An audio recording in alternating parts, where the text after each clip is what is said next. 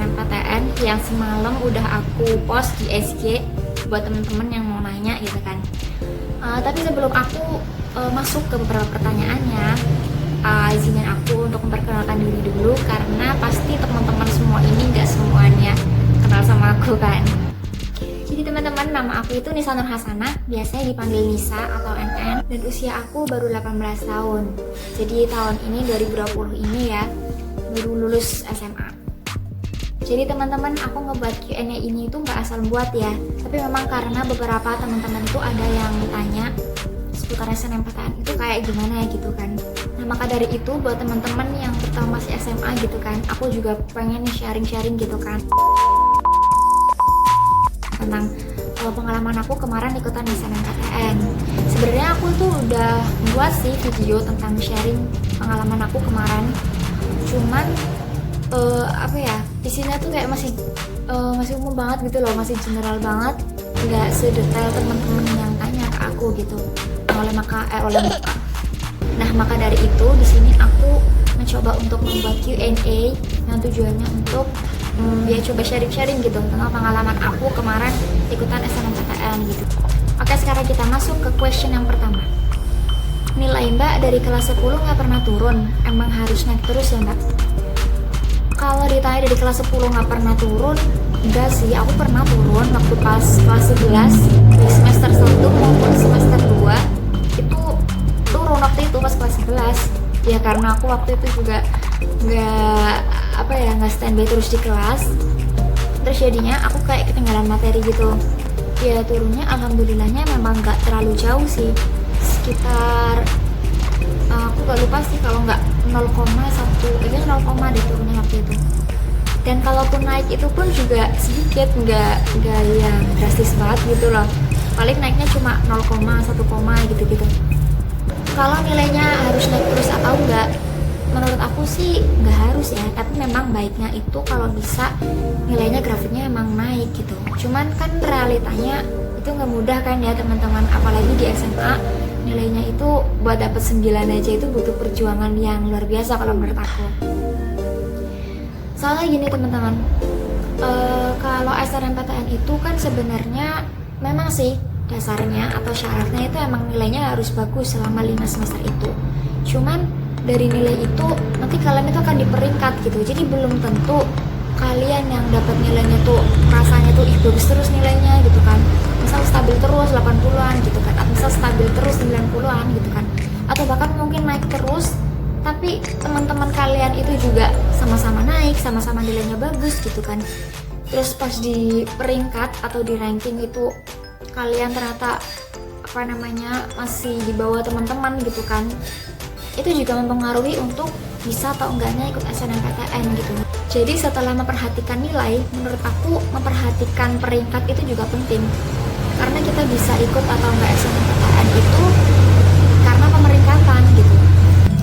Nah jadi kalau kayak step by step SNMPTN tahun 2020 kemarin itu, step yang pertama itu adalah diperingkat dari sekolah.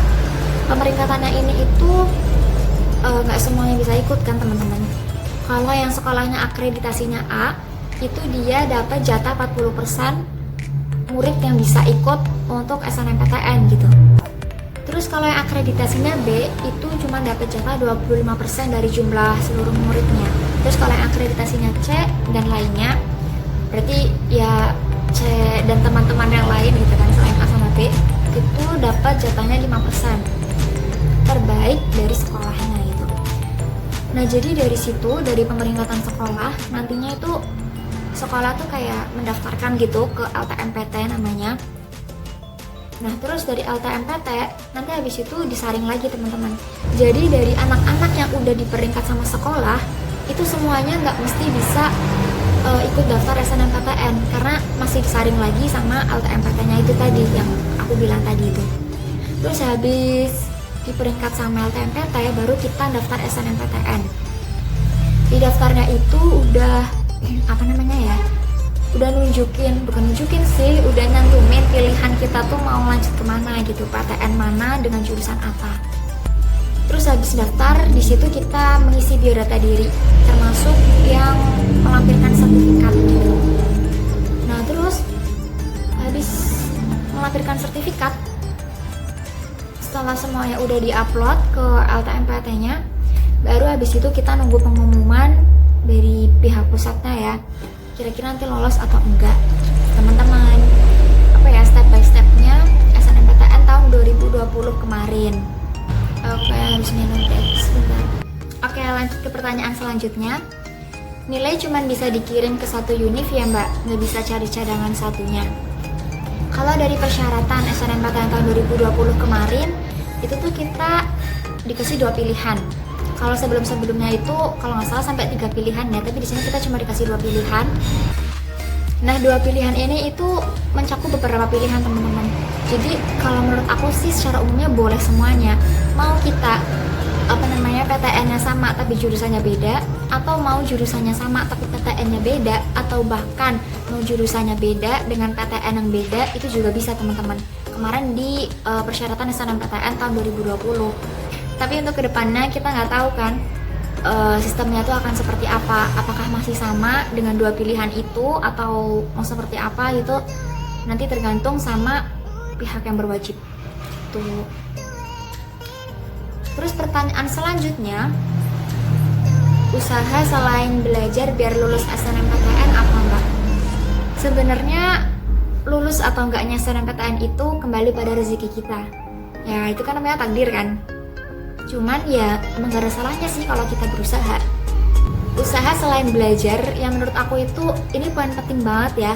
Itu adalah ridho dan doa dari orang tua, terutama dari ibu. Karena di dalam Al-Quran dan hadis sendiri itu udah disebutkan kan teman-teman, kalau doa dari seorang ibu itu benar-benar mustajab, benar-benar didengar banget sama Allah, dan dikabulinya tuh gampang banget gitu. Ibaratnya seorang ibu tuh baru doa sekali gitu kan bisa langsung dikabulin, sedangkan kita yang masih anak-anak doa berkali-kali belum tentu dikabulin kan teman-teman. Jadi itu pentingnya ridho dan doa dari orang tua, terutama dari seorang ibu. Karena aku sendiri kemarin waktu pas daftar SNMPTN itu di pilihan pertamanya aku memang memilih pilihan yang ibu aku pilih gitu, dan masya Allah banget dari situ aku kayak ngerasa wah ini benar-benar ridho dari ibu gitu kan. Terus menurut aku yang penting selain doa sama ridho dari orang tua itu adalah pintar-pintar mencari strategi dalam memilih pilihan di SNMPTN. Jadi ya menurut aku sih nggak bisa ngasal ya. Kalau memang teman-teman pengen banget nih masuk lewat jalur SNMPTN, maka dari itu teman-teman harus bisa memilih pilihan baik itu jurusan ataupun PTN yang seenggaknya itu sesuai dengan kemampuan teman-teman. Daya tampungnya kayak gimana, daya saingnya kayak gimana gitu. Terus selain melihat kemampuan kita juga harus bisa melihat kemampuan dari sekolah kita. Apakah sekolah kita itu udah dipandang sama PTN itu atau belum gitu. Maksudnya dipandang itu adalah kita lihat kakak kelas kita itu yang sebelum-sebelumnya banyak gak sih yang lolos SNMPTN di PTN ini gitu. Karena itu sangat membantu teman-teman. Oke, pertanyaan selanjutnya, gimana cara ngatur manajemen waktunya mbak? Kalau caranya mungkin teman-teman bisa ya buat kayak jadwal gitu kan, jadwal sehari-hari kalian itu harus ngapain gitu kan. Tapi kalau aku bukan tipikal orang yang suka membuat jadwal sih. Aku lebih suka kayak fleksibel aja gitu. Kalau memang moodnya lagi bagus gitu kan, moodnya lagi bagus, kondisinya lagi bagus gitu, ya di situ aku kayak mencoba untuk memaksimalkan diri untuk belajar gitu. Tapi ya nggak selamanya dalam 24 jam itu aku mood belajar terus ya enggak. Aku tetap ada titik jenuhnya, dan ketika aku jenuh ya udah aku benar-benar maksimalkan untuk refreshing gitu kan. Nah itu untuk makan cemilan atau mungkin sesekali lihat-lihat HP gitu kan, atau mungkin untuk beristirahat gitu. Menurut aku sih gitu. Dan kalau misal nih sama sekolah dikasih fasilitas gitu kan, ada latihan untuk UTBK, nah pada saat itu memang harus banget berusaha dimaksimalkan sebaik mungkin gitu. Kalau aku sih biasanya ya, aku sempat ikut kan pembelajaran UTBK waktu pas awal-awal itu, begitu info UN ditiadakan.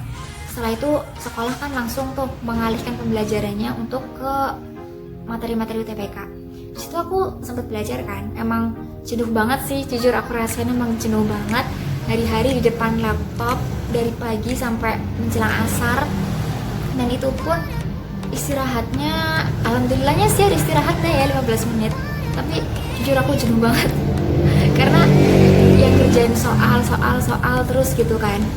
Tapi dari situ aku tuh kayak apa ya, tanpa kita sadari ketika kita memang membutuhkan sesuatu, itu tuh akan memotivasi diri kita gitu loh untuk semangat, kamu harus bisa karena kamu butuh ini gitu. Maka tanpa kita sadari kita tuh bisa membuat manajemen waktu sendiri gitu loh, tanpa kita harus membuat jadwal. Tapi kalau pesan dari aku, kalau memang kita itu udah capek banget gitu kan, ya sebaiknya malam-malamnya itu kita istirahatnya lebih awalan gitu lah, jam 9 gitu, supaya nanti bangunnya itu bisa pagi. Karena kalau kita tidurnya cukup, bangun pagi itu nggak masalah, nggak akan ngantuk. Cuman kalau aku biasanya bangun paginya itu lebih dulu dari waktu subuh, ya hitung-hitung buat nambah amal ibadah kita gitulah dengan salat malam gitu kan. Siapa tahu dengan doa-doa dari salat malam kita itu Allah ngasih rezeki untuk lulus SNMPTN gitu. Rasanya gimana lolos SNM? Aku anak SBM soalnya. Sebenarnya menurut aku rasanya itu sama aja. Pasti rasanya itu seneng dan ada rasa puas tersendiri gitu loh. Puas atas hasil kerja keras kita. Ya sama lah kayak misal kita punya impian apa, terus alhamdulillah tercapai, pasti seneng kan. Jadi menurut aku gak ada bedanya lolos SNM sama lolos SBM, pasti sama-sama seneng dan pastinya orang tua kita sama-sama bangga dengan hasil dari kerja keras kita. Tips belajar UTBK dong N. Sebenarnya kalau tips belajar itu ya kembali pada tipikal teman-teman. Kalau aku sih visual kalau aku sih visual sama auditory gitu. Jadi di samping aku mencatat gitu kan, aku juga butuh penjelasan langsung gitu dari guru.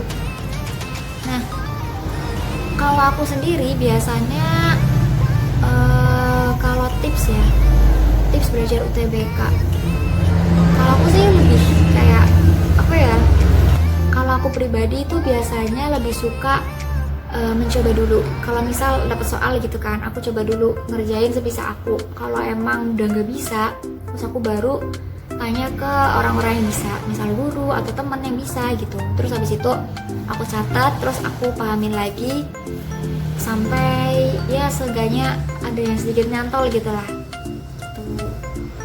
Terus yang udah diterima lega ya. Sebenarnya gak juga sih, justru kita akan menghadapi suatu kayak mungkin seperti perjalanan hidup baru, tapi bukan berarti menikah ya. Maksudnya perjalanan hidup baru itu hidup kita akan nantinya lebih banyak tantangannya, lebih menumbuhkan kedewasaan kita gitu kan. Kan yang namanya dunia perkuliahan katanya tuh kan beda kan sama dunia kita sekolah formal dari SD sampai SMA gitu. Ya jadi kurang lebih kayak gitu teman-teman, Q&A seputar SNMPTN tahun 2020 kemarin.